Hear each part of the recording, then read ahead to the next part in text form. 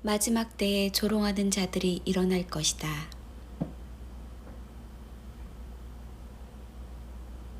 마지막 때를 살아가는 교회에게 그리스도의 재림보다 더 중요한 어젠다는 없을 것이고, 이를 두고 영적 전쟁이 치열하다.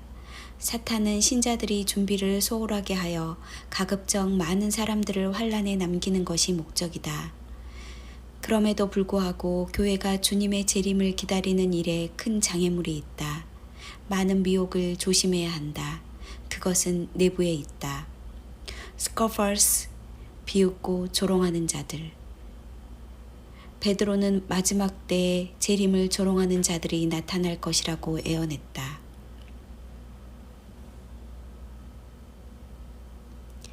여러분은 무엇보다도 먼저 이것을 알아야 합니다.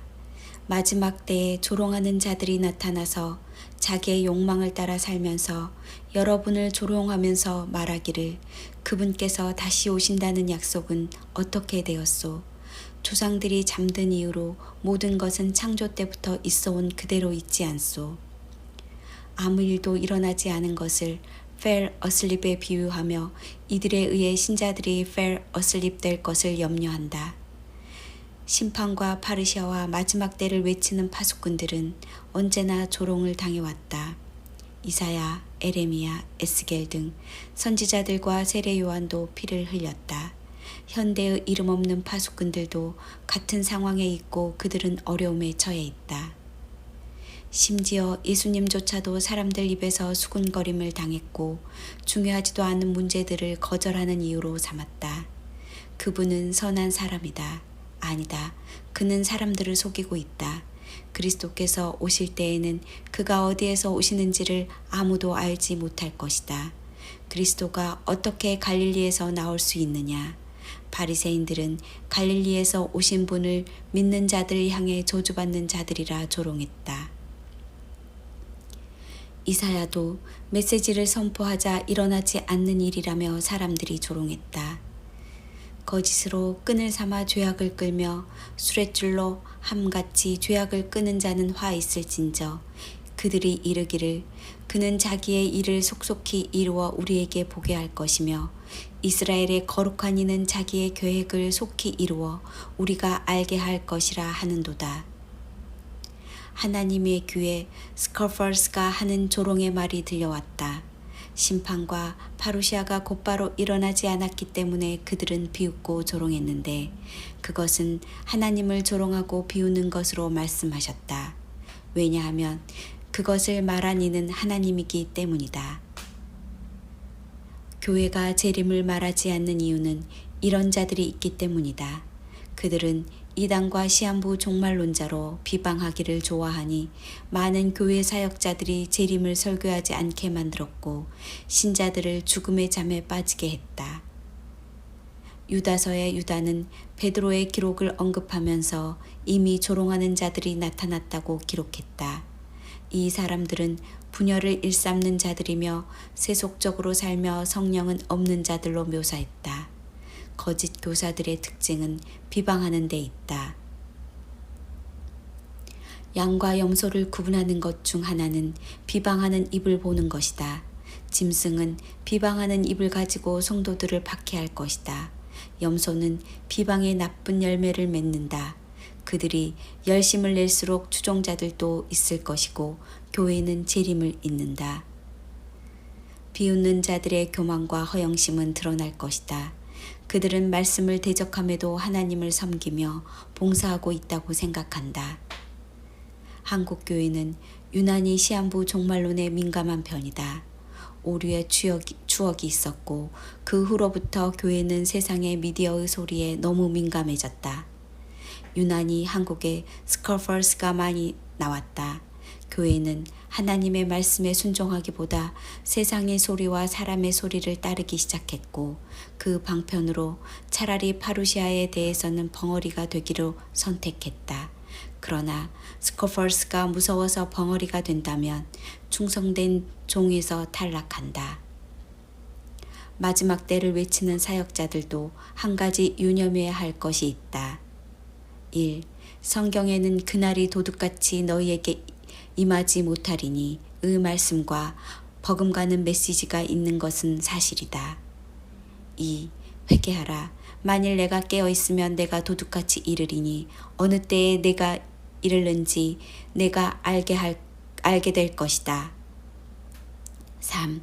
너희도 아는 바니 만일 집주인이 도둑이 어느 시각에 올 줄을 알았더라면 깨어 있어 그 집을 뚫지 못하게 하였으리라. 4.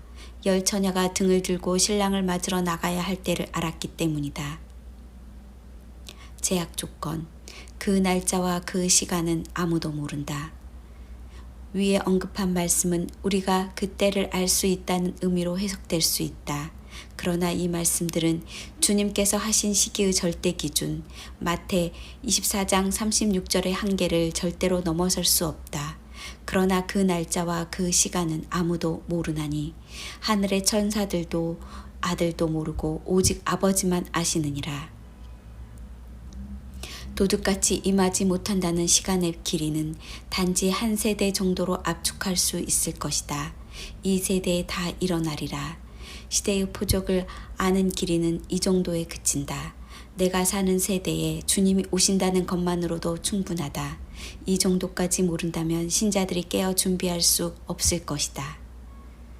몇 월 며칠을 말할 수는 없다는 의미다. 때를 말할 수 있지만 한계 기준을 벗어나면 안 되는 것이다.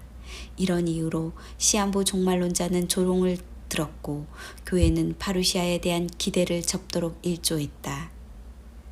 마지막 때에는 두 종류의 파수꾼들이 나타난다.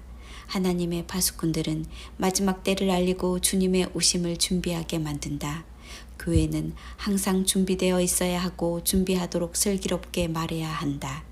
그들도 사람인지라 한계가 있고 연약한 형태에서 실수할 수도 있다. 각종 비방을 받으며 상처도 받는다.